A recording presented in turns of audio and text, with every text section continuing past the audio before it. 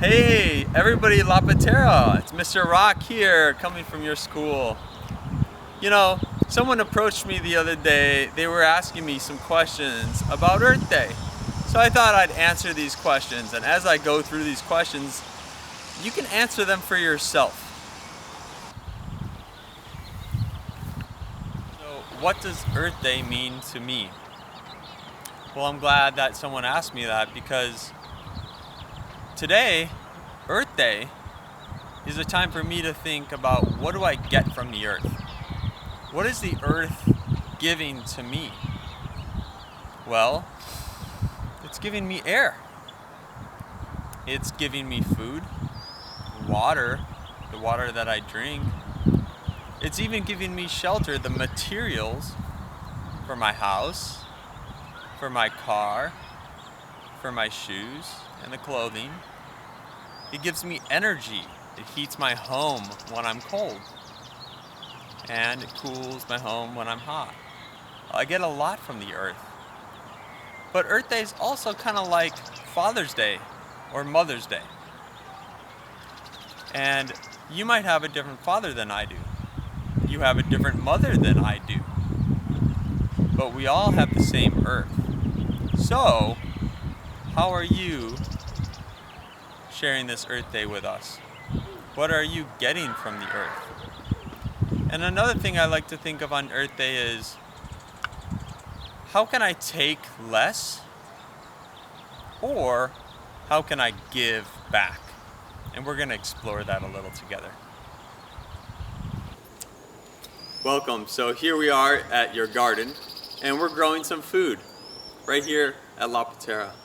I love to grow food in my backyard, at other schools throughout Santa Barbara and Goleta.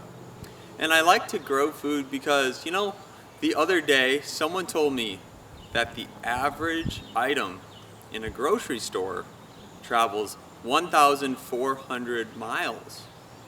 That's a long way.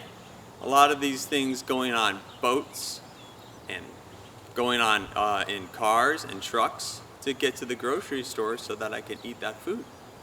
And the more that I can grow in my backyard or close to my house, the less my food has to travel.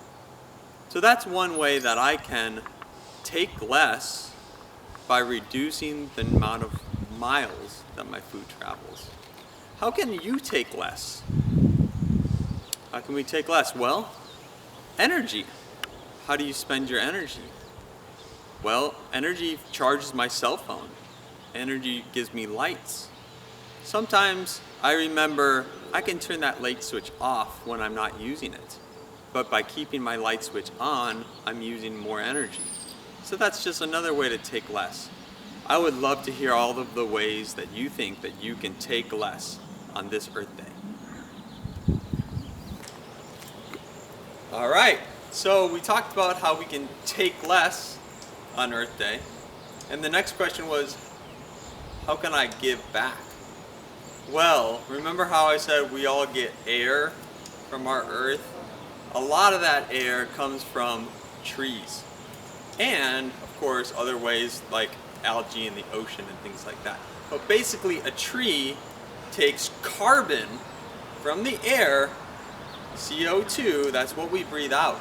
And the plant takes it, and the tree takes it, and turns it into oxygen. And that's what we breathe in. It's a relationship. Every time we breathe in and every time we breathe out, we have a relationship with the trees and the other plants that are photosynthesizing. Okay? So today on Earth Day, I noticed we have a tree at La Patera that one of the gophers he must have just taken care of all the roots and eaten all the roots. And now this fig tree, which used to not only make oxygen for us, but would also give us fruit and food, is now no longer alive. Okay? So what we're going to do is, for our Earth Day task, Miss Barado is going to help with replacing this fruit tree. Right? So what can you do? Maybe you're not replacing or planting a tree, but possibly you're starting a garden. Or maybe you are planting a tree, and in which case, great job. Anyway, There's so many different ways to help our earth to take less and to give back. I'm sure you have all kinds of great ideas. Enjoy your Earth Day.